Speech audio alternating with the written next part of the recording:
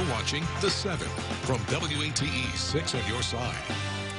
Good evening, I'm Bo Williams, and welcome to The 7. Glad you're with us tonight. Let's get a look at the Big 7 stories right now. And topping the list for us this evening, a Knoxville family now making funeral arrangements after 23-year-old Quentin Fields was hit and killed. This happened along Henley Street Sunday morning.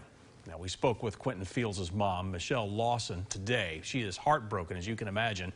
She said Quentin was a good kid growing up and an amazing father. The 23-year-old played basketball at Central and Powell High School before graduating early. Lawson said her son worked 6 days a week as a furniture salesperson to make sure he could provide for his family. He had a big heart. He loved his friends. He loved his family, even though we was not perfect. KPD says the driver remained on scene and was questioned by KPD crash reconstruction investigators. No charges have been filed at this time. A UT cheerleader has now been dismissed after accusations of sexual abuse in a federal lawsuit. Cheerleader Dominic Frizzell and Susan Traylor, a general manager from Premier Athletics, are named as individual defendants. The suit alleges a Knoxville-based cheer company and the organizing bodies of competitive cheer failed to protect victims from harm. Now, the 71-page lawsuit filed today was obtained by WATE. In it, 102 plaintiffs accuse a number of competition cheer companies, including Knoxville-based Premier Athletics, of gross negligence, violating the Protecting Young Victims from Sexual Abuse Act and violations of the RICO Act. Two unnamed victims, one from Knox County, the other from Union County, alleged that Frizzell solicited them for sex and sent sexually explicit photos and videos. One of the victims was 14 years old at the time of the alleged abuse, according to the lawsuit. Although we should note Frizzell has not been charged with a crime, nor has he been arrested at this point. Now, WAT reached out to Premier Athletics, who released a statement saying, in part, the Knoxville West location was informed by an athlete that a different athlete, whom we believe to be John Doe 1, had a physical relationship with Mr. Frizzell. John Doe 1 never reported this to Premier Knoxville, nor did his mother or any of his representatives.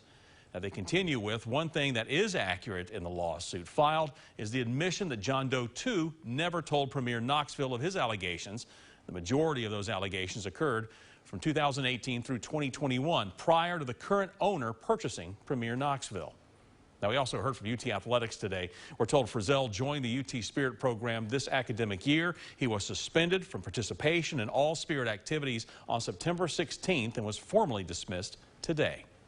This abuse lawsuit also includes Memphis-based company Varsity Spirit. Varsity Spirit runs competitions and the U.S. All-Star Federation, the country's cheerleading governing body. Attorneys claim Varsity created a business model allowing abuse, including sexual abuse of young athletes. Today, Memphis Representative John Ray Clemens spoke out shortly after the allegations came to light. Those of us who care about children and the safety of children being our priority, to make a statement to say, not in the state of Tennessee, not in these other states where this unfortunate, tragic situation has taken place, but we are standing up. Now, this is a developing story. Of course, we will update you as we learn more. Next now on the 7 for you tonight, Knoxville police say they have upgraded the charges against an 18-year-old after a shooting at a Knoxville nightclub. We told you last night about the shooting at El Polpo Loco, a club on Alcoa Highway. 2 people were taken to the hospital with gunshot wounds. At the time, 2 people were taken into custody, including 18-year-old Brandon Asaguera. Now, Knoxville police investigators have now obtained additional warrants charging him with attempted second-degree murder and using a gun during a dangerous felony. Continuing our list for you tonight, a Maryville woman who authorities say lied about her role in a fatal 2020 crash on Chapman Highway now faces multiple charges. The charges include a vehicular homicide charge, violation of the driver's license, and violation of financial responsibility laws of the state. A Knox County grand jury indicted Heather Hembry. You see her picture here. Authorities say the 42-year-old turned her Nissan Sentra into the path of Michael Stolt of Sevierville. Stolt's motorcycle hit the car. He died 10 days later at UT. Hembry told authorities someone else was driving her car, but video surveillance footage proved she was actually the driver. In addition, she was driving without insurance and driving on a suspended license. Next now on the Big 7 this week, a Maryville soldier will be laid to rest. Tech Sergeant Ross Thompson died on December 10th, 1942, during World War II. He was 50 years old at the time. Thompson was captured with thousands of other U.S. and Filipino service members when forces in Bataan surrendered to the Japanese. Now, they were in the Bataan Death March and held captive at a POW camp where more than 2,500 POWs died during the war. He was buried with others in a common grave and then was later reburied with others as unknowns at the Manila American Cemetery and Memorial in 1950, before his remains were identified just last November. Graveside service and burial will be Friday at Tahoma National Cemetery. This is going to be in Kent, Washington. Next on the Big 7, a Tazewell woman is alive thanks to the quick actions of Claiborne County officials. According to Tazewell police, they responded to an apartment fire yesterday afternoon. First responders say they found an elderly woman still trapped inside a unit on the second floor. We're told officers were able to rescue her and get her to safety. A few residents at the apartment and an officer were treated for smoke inhalation. Officials say no one, though, was seriously hurt. And rounding out the Big 7 for us tonight, East Tennesseans will be helping people in Florida as Hurricane Ian now brings powerful winds and what could be a devastating storm surge to some areas.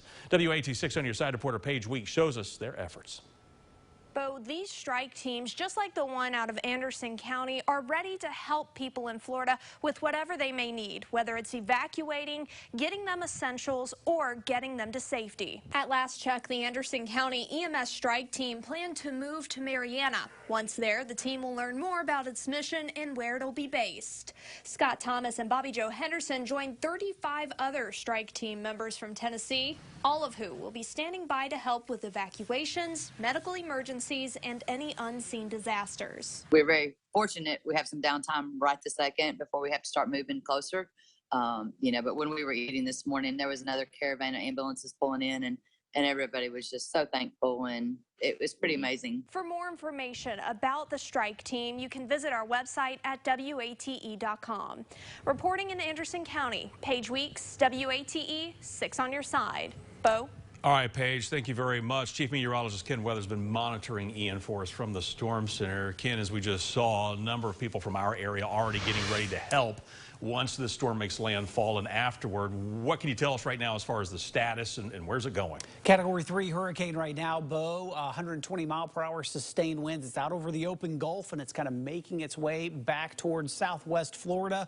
Center of circulation will make landfall sometime later tomorrow afternoon, but they're already feeling some impacts of some of the outer bands making their way through Key West and approaching southwest Florida.